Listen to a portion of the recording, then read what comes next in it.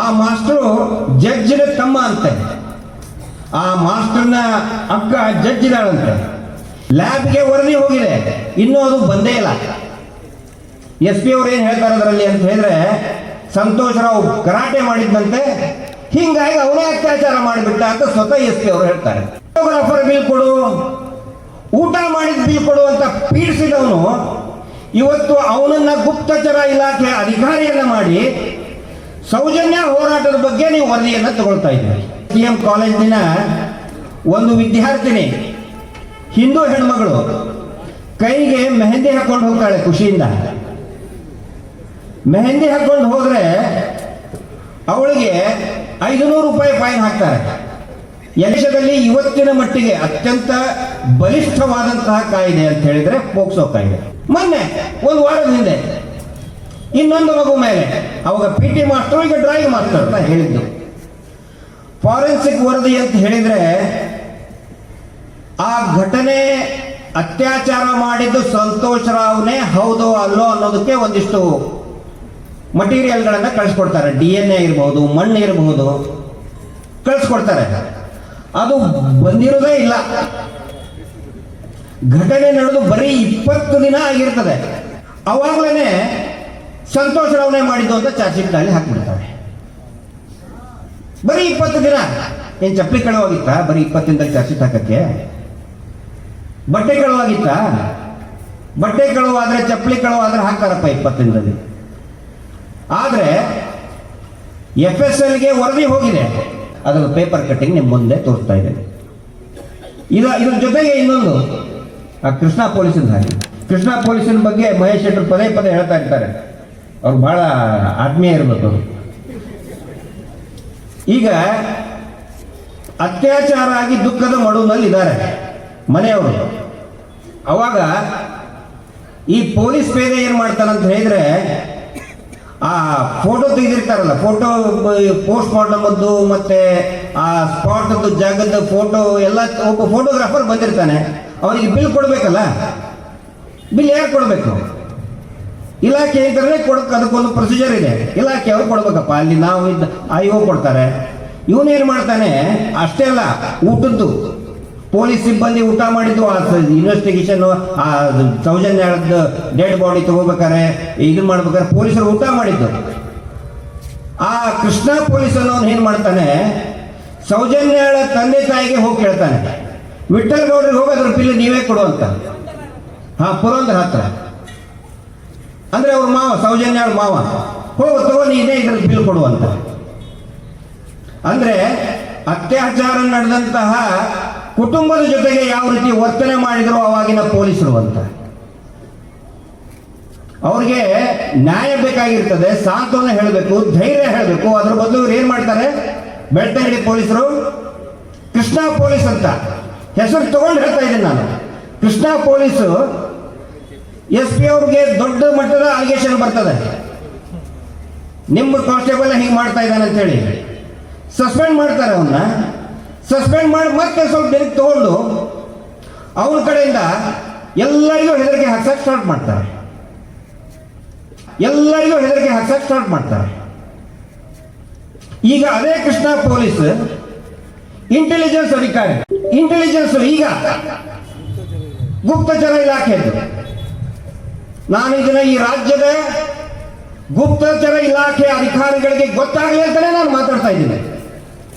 ಯಾವ ಒಬ್ಬ ಕೃಷ್ಣ ಪೊಲೀಸ್ ಅವತ್ತಿನ ಸಂದರ್ಭದಲ್ಲಿ ಅತ್ಯಾಚಾರ ಆದಂತಹ ಕುಟುಂಬಕ್ಕೆ ಹೋಗಿ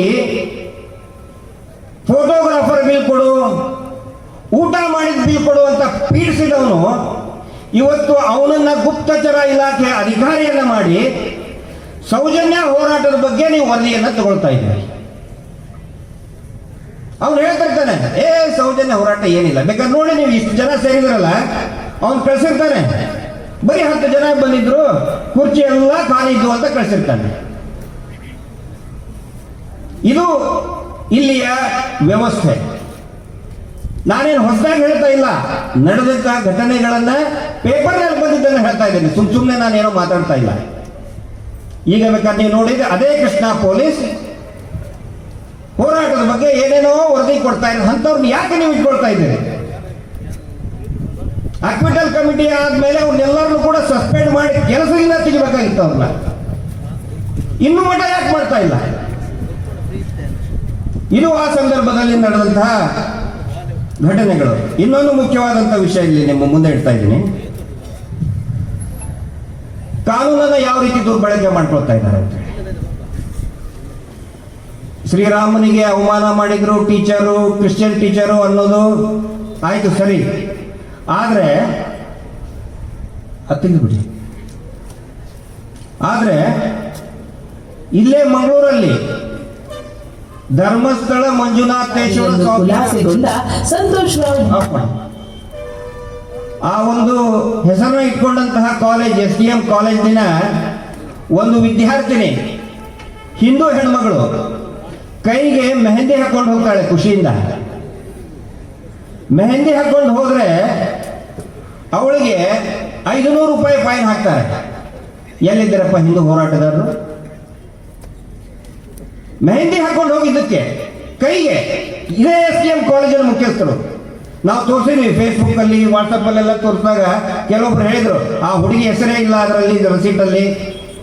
ಆ ರಸೀಟಲ್ಲಿ ನಂಬರ್ ಇಲ್ಲ, ಹುಡುಗಿ ಅಟೆಂಡೆನ್ಸ್ ನಂಬರ್ ಇಲ್ಲ. ನಾವು ಬೇಕು ಅಂತಾನೆ ಹಾಕಿಲ್ಲ ಅದನ್ನ. ಯಾಕಂತ ಹೇಳಿದ್ರೆ ಆ ಹುಡುಗಿಗೆ ಟಾರ್ಗೆಟ್ ಮಾಡಬಾರ್ದು ಯಾರು ಅಂತೇಳಿ.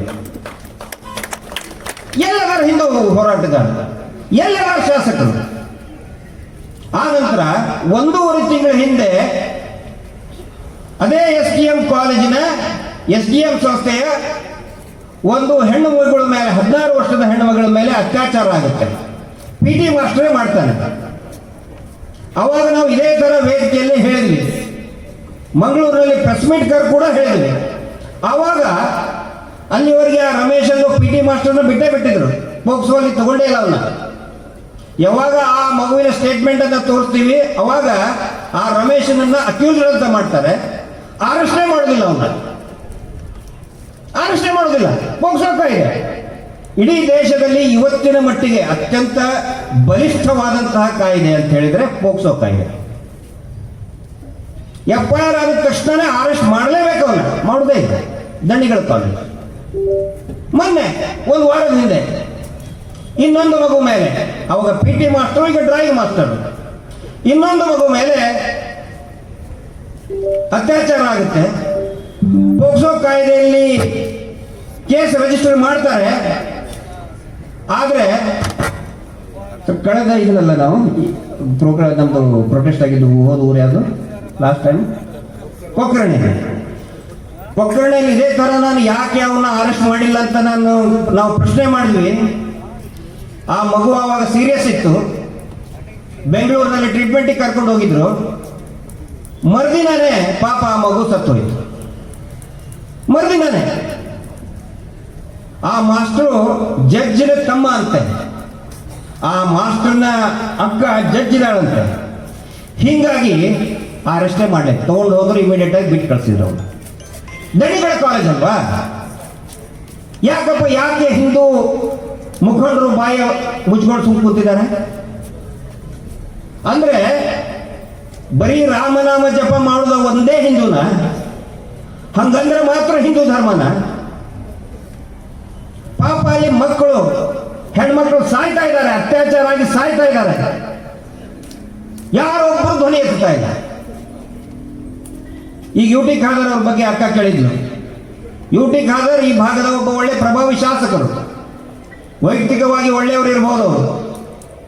ಆದ್ರೆ UT ಖಾದರ್ ಏನಿದ್ದಾರೆ ಹೇಳಿ? ಸ್ಪೀಕರ್ ಇದ್ದಾರೆ, ವಿಧಾನಸೌಧದಲ್ಲಿ ಸ್ಪೀಕರ್ ಇದ್ದಾರೆ.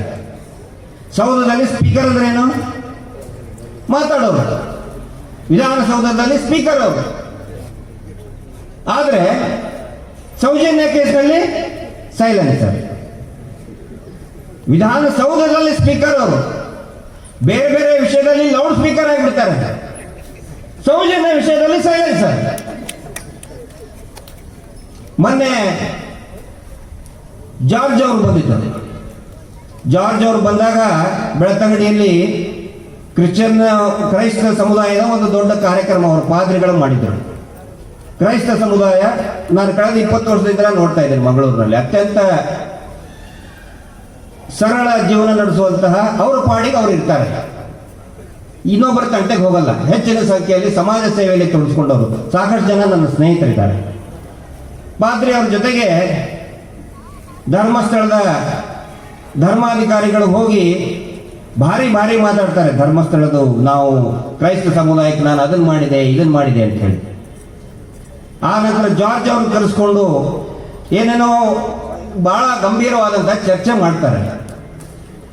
ಆದರೆ ಅದೇ ಕ್ರೈಸ್ತ ಸಮುದಾಯದ ಒಬ್ಬ ಪ್ರಾಮಾಣಿಕ ಶಿಕ್ಷಕರಿಗೆ, ಪ್ರಾಂಶುಪಾಲರಿಗೆ ಯಾವ ರೀತಿ ಅನ್ಯಾಯ ಮಾಡಿದ್ರು ಅನ್ನೋದನ್ನ ಇಲ್ಲಿ ದಾಖಲೆ ಸಮೇತ ತೋರಿಸ್ತಾ ಇದ್ದೀನಿ. ಡಿಸೋಜ ಫೈಲ್ ಓಪನ್ ಮಾಡಿ.